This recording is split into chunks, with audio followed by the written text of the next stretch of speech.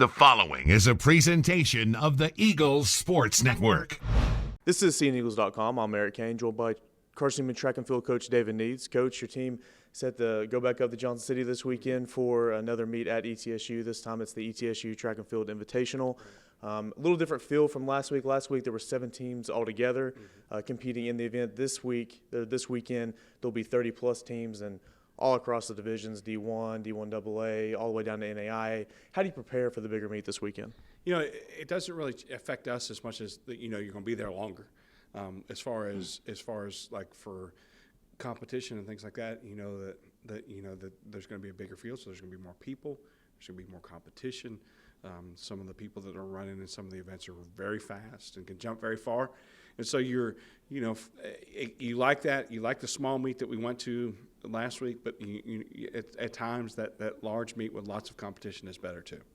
Back up in the mini dome for the second consecutive weekend, do you get a sense of, I don't want to say comfort, but familiarity with the track and with the facilities going into the second consecutive weekend? Sure. When you run there 3 times a year, you do have that experience. You have that little bit of knowledge of how the curves are, how the straightaways are, what the runways look like, when you jump, what that looks like.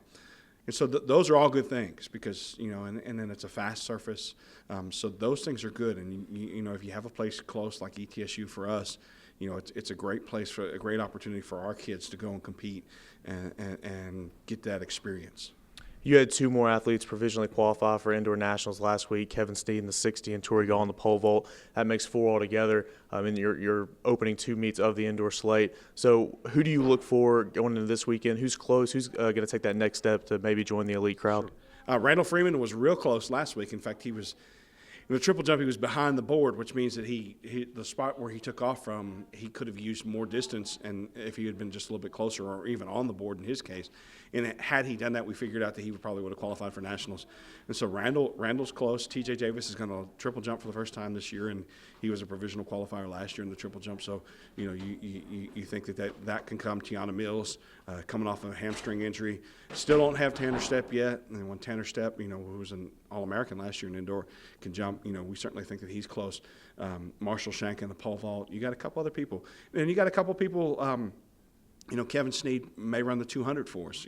He qualified in the 60, so he could qualify. And then you got a couple people like Matt Rust and Matty Pickle that in their first couple meets have run a lot better. Mm-hmm. Maybe are they going to get to nationals? Maybe not. But if they continue to show that improvement, you never know.